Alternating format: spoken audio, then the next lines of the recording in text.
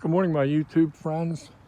Well, it's February 2nd, and it appears that that rascally groundhog, Puxatawny Phil, came out of his hole this morning and decided to run back down in there, meaning we're going to have 6 more weeks of winter.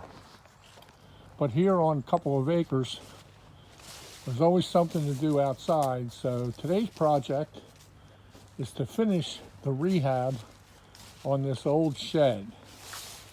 When we moved here 25 years ago, this was one of our first purchases.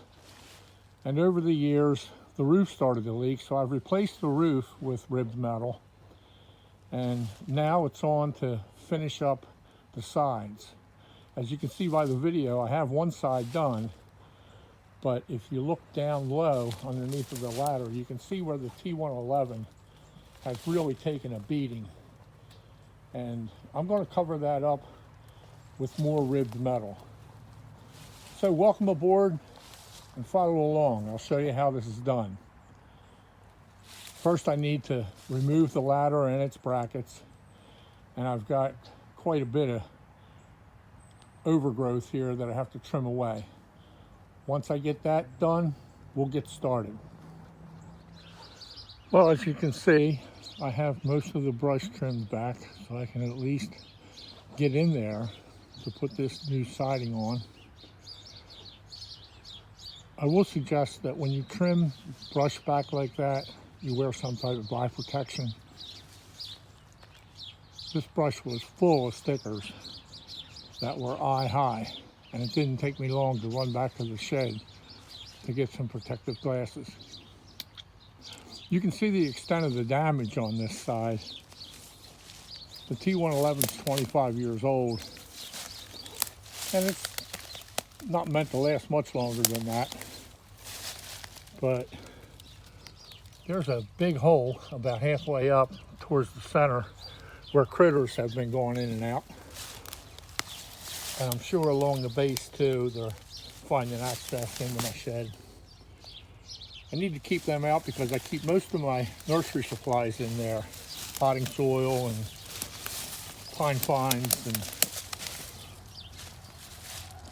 trays, pots, etc.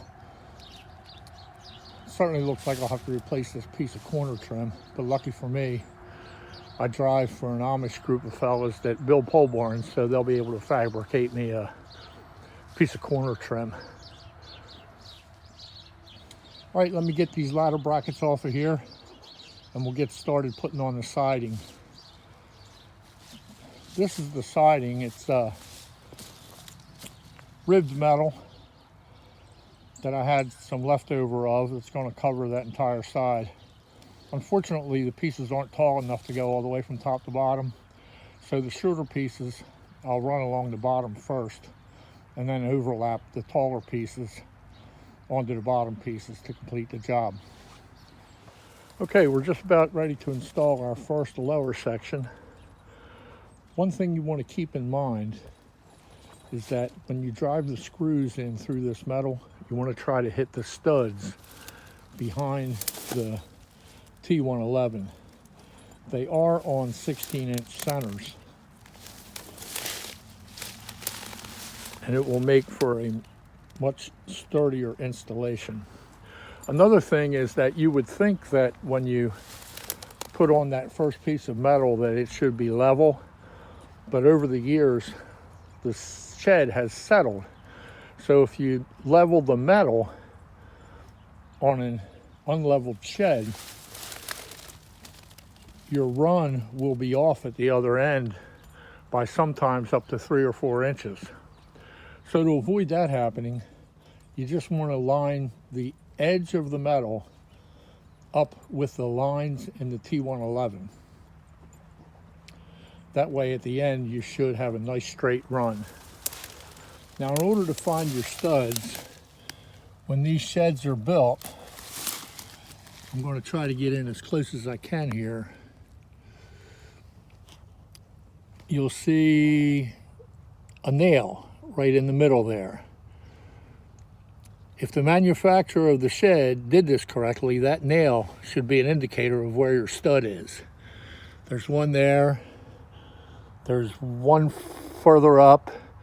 So if you just run your screws in along that T111 line just to the left of it, you should hit studs. Now, I didn't remove that piece of trim all the way because I want that first piece of metal to fit underneath of that trim. When I get my new piece, then I'll go ahead and install it. So let me get started. I'll put this first piece on and make that lower run all the way down, and I'll be right back. I did want to share with you the types of screws that are used with this metal. These are 1 3/4 self-tapping screws with a 1/4 inch hex head, and they have a washer underneath of the head that will seal up against the hole of the metal to keep moisture and rain, etc. from getting in. These are readily available from your supplier when you purchase your metal. Okay, we have the lower run in place, and a couple of things I want to note to you. Down at the far end, I ran out of short pieces, so I had to tack up a couple longer pieces, but I have enough long pieces to do the top, and they're just going to overlap the bottom row anyway, so I'll have a little double layer there. Secondly, I ran a row of screws across the top and a row of screws down at the bottom.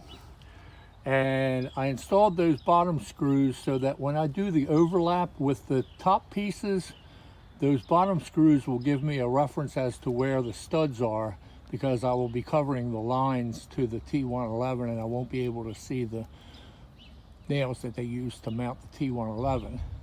I also ran a chalk line from one end to the other on the bottom. Since those screws are going to be visible, I wanted them to be in as straight a line as possible. So let's go ahead and put on the top row, and we'll be nearing completion of this project. So there you have it.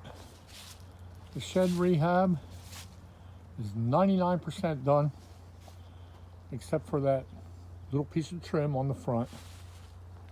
And you trust I'll get that done, correct? Please like and subscribe to my video so that you can see more of our couple of acre videos coming up in the future. Thanks for watching. I hope you got some helpful tips on this. Have a great day, and God bless.